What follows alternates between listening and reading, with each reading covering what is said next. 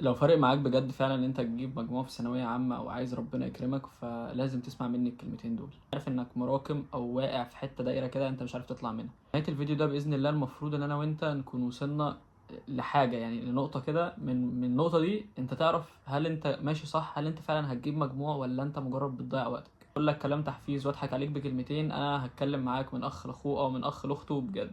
انت مسؤول عن نفسك. يمكن انت عارف الكلام ده، بس انت هتتحاسب قدام ربنا قبل قدام اهلك يوم النتيجة. يعني مثلا وقتك اللي انت مضيعه على السوشيال ميديا، في تيك توك او في حاجات فاضية، وفي دايما في كل الفيديوهات. يعني بس شوف بالله عليك الكومنتات دي، عدد اللي مراكم يحط لايك، عدد مش عارف ايه. ما حدش يزعل مني، خسارة فيهم الفلوس اللي اهلهم بيديها لهم يدفعها لهم في اي دروس. انت دلوقتي لما تخش لها على كل فيديو عند اي حد وتقول له انا مراكم انا ما بداتش، ماشي. لما تعرض لي المشكله وانا اقول لك مثلا حلها ونفضل نتكلم مع بعض وبعدها تبدا تمام، بس مش في 10 فيديوهات. في 10 فيديوهات دول متوسطهم قد ايه؟ مش 8 دقائق، 10 دقائق. الفيديو ده يعني انت اتفرجت على حاجه ممكن بمعدل 3 ساعات انت كنت قعدت ذاكرت فيهم محاضره. يعني اهو اسمك بدأت، مش اسمك لسه انا ما بدأتش. عدد المراكمين يحط لايك، يعني ايه ده؟ 2000 شخص حاطط لايك على كومنت انا مراكم. امال مين اللي بدأ يا جدع؟ فانا بس عشان نتكلم كده من اخ لاخوه او من اخ لاخته، انت هتحاسب اول حاجه قدام ربنا، تمام؟ وفكك بقى من حته قدام اهلي اللي هي هتبقى قدام النتيجه وانت شايف نفسك قليل او ما عملتش اللي عليك. بص، هو بعيدا عن ان انت نظره الناس ونظره اهلك، في حاجه هتكون جواك انت هتكون عارف انك قصرت. والله انا كنت مقضيها سوشيال ميديا، وكنت مقضيها لف على الدروس، وكنت ماشي ورا اصحابي وبروح معاهم الدرس وارجع وخلاص. فمحدش هيندم غير انت، محدش هيشيل شيلتك غير انت. محدش هيجي يقول لك والله ده انا يعني ده انا كنت صاحبك ايام ثانويه عامه. ده هيجي في يوم من الايام يديك قرش ويقول لك اصرف على عيالك. محدش هيعمل معاك كده. محدش في يوم من الايام هيجي يديك جنيه ويقول لك والله، يعني يوم ما تلاقي نفسك مش لاقي تاكل حد هيجي يديك فلوس ويقول لك خد اكل عيالك مثلا. مفيش حد هيقول لك كده. ثانويه عامه مش اخر الدنيا، ومش هي اللي هتخليك تفتح بيت في المستقبل، بس هي اللي بتحدد مكانتك في المجتمع. حاجه عايزك تعرفها، احنا هنا عايشين في مصر. طول ما انت عايش في مصر للاسف المكانه الاجتماعيه بتاعتك على حسب تعليمك وعلى حسب دماغك. هو ثانويه عامه مش اخر الدنيا، تمام؟ بس دي بتبقى حالات فرديه، حالات تقدر تنجح فيها من نفسك. زي مثلا بالظبط الفيديو اللي انت بتيجي تتفرج عليه في شهر 3 و5 اللي يقول لك انا بدات في شهر 5 وجبت 97%. اولا مفيش حد عمل كده، ولو حد عمل كده دي حاله فرديه، تمام؟ ومستحيل يكون ما بداش. هو طبعا لم اللي عليه طبعا ومش عارف ايه وحل وربنا كرمه وقدر يجيب مجموع كويس، تمام؟ واكيد نظام قديم مش نظام جديد، عشان يعني ايه؟ عشان نبقى على بلاطه. يعني اول حاجه انا اسف على اللهجه اللي انا ممكن اكون متعصب فيها او بتكلم بسرعه، بس انا حابب اقول لك ان انت فعلا محدش هيجي يشيلك من الحته اللي انت فيها لو انت مش هتشيل نفسك. بمعنى انت دلوقتي شايف المدرس اللي انت معاه مش كويس، ما بتفهمش منه. المدرس ده انت معاه عشان انت شايف ان ناس كتير جابت معاه 60. المدرس اللي الناس جابت معاه 60 ناس تانية شالت المادة وناس تانية ما جابتش عادي، تمام؟ ففي زي ما في ناس بتبقى مع المدرس ده وبتقدر تفهم منه وتقدر تحل معاه، الناس دي جابت درجات. انت الناس بقى اللي هي مش بتفهم المدرس ده ومش بتعرف تحل معاه ومش قادره تحل. انا بذاكر ومش عارف احل. طب ما انت بتذاكر ومش عارف تحل، ما هو الامتحان بتاع اخر السنه ايه يعني؟ ما هو حل. انت مش عارف تحل يبقى هتفضل مش بتعرف تحل. يبقى انا اسيب المدرس ده واروح لحد بقدر افهم منه واحل. ماده مثلا زي الفيزياء. الفيزياء دلوقتي مثلا المدرس اللي انت معاه داخل في الفصل الثالث وانت مراكم التاني، حلو قوي. ازاي تخلص التاني مع التالت؟ انك تاخد محاضرتين في الاسبوع. محاضرتين في الاسبوع هتخلص مع التاني مع التالت بالظبط. ان انا الف عند ده وادفع لده 200 جنيه. انت تاخد من ابوك او من امك، تمام؟ تاخد منه 200 300 جنيه وتروح تديهم لواحد وتقول له اعمل لي جدول، عشان انا مش عارف اعمل جدول لنفسي ولا قادر امسك نفسي 5 شهور عن التليفون واقعد اذاكر. مش قادر اصحى الصبح اعمل لي جدول واذاكر. فاقد الشغف اللي انا طب صلي على النبي. انت بتقول انا فاقد الشغف وحاسس ان الدنيا تقيله عليا ومش قادر اذاكر. انت دلوقتي فاقد الشغف ومش قادر تذاكر. التراكمات اللي عليك بتقل من انك قاعد ساكت مش بتعمل حاجه، ولا بتزيد؟ بتزيد. الندم وحش. الندم المشكله هو بقى لمده طويله بقى. يعني مثلا انت هتندم بعد ثانويه عامه لفتره طويله، مش هتندم مثلا شهر، لا هتفضل مثلا نفترض لا قدر الله دخلت معهد مثلا ودخلت حاجه وحشه. انا مش قصدي ان المعاهد الناس اللي فيها وحشه، انت كنت شايف نفسك اعلى من كده مثلا او انا اشطر من كده، فجاه ما ذاكرتش، تراكم، مش عارف ايه، ما حلتش، ما مشيتش عدل، ما ذاكرتش اللي عليا. جيت عند شهر 5 لقيت الدنيا سايحه خالص، ولا بعرف احل ولا بعرف اعمل اي حاجه. دخلت الامتحان ما حلتش، جبت 50%، دخلت اي معهد تمام تحت بير السلم. فجاه تلاقي نفسك في مجتمع ولا انت منه، تمام؟ ولا انت عمرك في حياتك كنت عايز تبقى هنا. فجأة لقيت نفسك هنا. للأسف هتعيش أسوأ 4 سنين في حياتك. هقوله لك إنك مش محتاج أي حد، ولا محتاج تسمع أي كلمتين من أي حد على السوشيال ميديا، ولا حد يعمل لك جدولك. أنت مش محتاج غير نفسك. أنت محتاج إنك أنت عارف إيه اللي أنت مراكمه، عارف انك تبدا ازاي. مش عارف تبدا، قلت لك اختار مدرسين وابدا معاهم. انت عايز ايه اكتر من كده؟ خش على اليوتيوب ابحث في الماده اللي انت عاوزها. انا مثلا عايز ابحث احياء مثلا.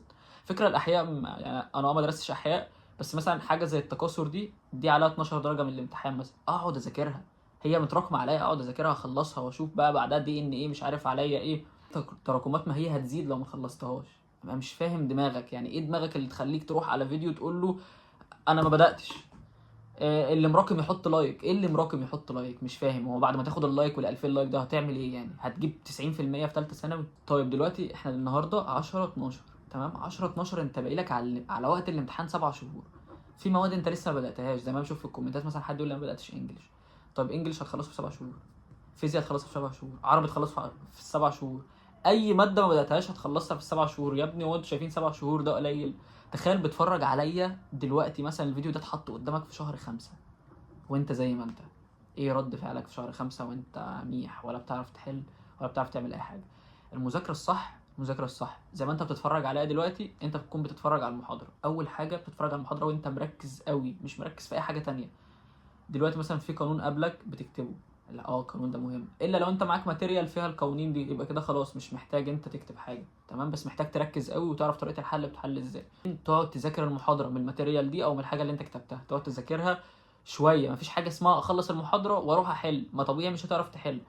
اقعد اذاكر، ذاكرت لي ساعه ساعتين، اخش لي بقى على الحل، احل واحده واحده.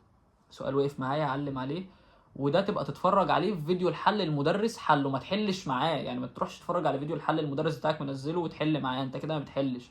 انت لازم تحل لوحدك السؤال بس اللي انت ما انتش فاهمه، ده اللي تتفرج عليه، تمام. وتحاول تشوف طريقته بتحل ازاي وارجع حله مع نفسك وعلم عليه علامه عشان تفضل تراجع دايما على السؤال ده. انا بقى فاهمك حاجه حقيقيه بجد، تمام. محدش هيقف جنبك غير اهلك بس، ابوك وامك دول وانت، تمام. اخوك اختك يعني عيلتك دول، هم دول بس، تمام. عيلتك اللي هي اسرتك، مش عيلتك كامله، اللي هو عمامك وخلانك ومش عارف، دول كلهم ولا حد منهم مهتم ليك على فكره. بس عشان اعرفك بس، حتى لو هم احسن ناس في الدنيا، اللي هيقف فعلا ويهمهم مصلحتك هو ابوك وامك واخواتك وانت. انت جبت 90 في 99%، في ممكن الناس تفرح لك من قلبها بجد، وفي ناس ممكن تحقد عليك. جبت 50%، اهلك يفضلوا زعلانين دايما عليك. والناس صدقني اللي كلها كانت انت شايفها للناس دي بتفيدك، بتضيع لك وقتك، بتقعد معاها، اصحابك دول، مفيش اي حد منهم هيهتم لامرك، تمام. ولا حد في يوم من الايام هيجي يصرف على بيتك، ولا حد هيديك جنيه، ولا حد هيجي في يوم من الايام وانت واقع مثلا والمكان اللي انت دخلته ما كانش احسن حاجه ومكتئب او ايا كان ايه اللي حصل لك، مفيش حد من دول هيقف جنبك غير اهلك بس.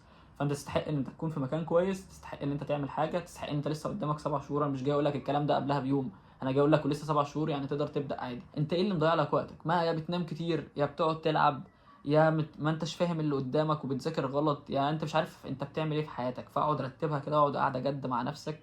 الكلام ده موجه للولد وللبنت. البنت شوفي انت ايه اللي مضيع وقتك، ايه اللي انت مضيعاه دلوقتي؟ مضيعاه في تيك توك واصحابك وبتاع، مضيع اي حاجه بتضيع وقتك، وقفها وشوف انت عايز تعمل ايه. عايز تكمل زي ما انت كمل، بس ربنا بيدي على قد السعي والتعب. لو انت فعلا عملت اللي عليك قدام نفسك وقدام ربنا، وقتها يوم النتيجه مش هتزعل. حتى لو جبت مجموع مش كويس هتبقى عارف وراضي ان انا فعلا عملت اللي عليا، واهلك فعلا راضيين عليك، وربنا راضي عليك، وكل حاجه تمام. فساعتها ربنا هيكرمك في اي مكان انت فيه. فده بقى اللي انا عايز اوصله لك، انك لو دخلت مكان وحش، تمام، وتقول ان الثانويه عامه مش هي دي اللي هتخليني معايا فلوس ومفيش موظف يبقى معاه فلوس والشغل ده، يا عم انا متفق معاك. بس مفيش حد ما تعبش، تمام، وربنا هيكرمه. من الاخر عشان نبقى متفقين، دي حاجه كده. لو انت ملحد حتى، تمام، دي حاجه كلنا متفقين عليها. ربنا بيدي على قد التعب، ومفيش حد بيتعب بيجيب صفر، تمام. يعني مفيش حد هيتعب ويعمل اللي عليه وربنا هيقول له لا ده انت مستحقش بقى، تمام. فربنا بيكافئ على قد التعب. اتمنى تاخد الكلمتين مني من اخ لاخوه، ما تزعلش مني. زعلت مني كومنتات تحت قول لي والله الحته دي انت كنت فيها وحش وانا مش متفق معاك فيها. اتمنى تعمل اللي عليكم. الفيديو ده مش مهم عندي اللي هو يجيب ولا مشاهدات ولا لايكات. عجبك الفيديو اعمل لايك وسبسكرايب عشان في ناس تانية تشوفه. ما عجبكش الفيديو ما تعملش اي حاجه خالص، تقدر تعمل لي حتى بلوك لو كلامي مش عاجبك. اتمنى شباب توصلوا لكل اللي انت عاوزينه، واتمنى تبداوا وتعرف ان انت اقسم بالله قدامك وقت، قدامك 7 شهور. 7 شهور اقسم بالله ما مده صغيره. بس اعرف ان هم فيهم رمضان وفيهم حاجات هتضيع لك وقتك، فما تستناش لما يجي شهر 2 و3 وتقول ان انا مراكم. فانا اسف يا شباب لو كان كلامي تقيل شويه، اتمنى توصلوا والله اللي انتوا كل اللي انتوا عاوزينه، وربنا يوفقكم ويكرمكم واعتقد ان كلكم عارفين انتوا يعني ناس عندها 18 سنة وعقلة كفاية انها تدرك ان هي ماشية ازاي، او ان في حد يضحك عليها ويستغلها بكلمتين، او يقول لها تعالى هعمل لك كده وتعالى لم ده وتعالى سوي ده. فانت مش صغير، وربنا يكرمكم كلكم وبس. والله اتمنى ان انتوا كلكم توصلوا اللي انتوا عاوزينه. اشوفكم الفيديو الجاي، سلام.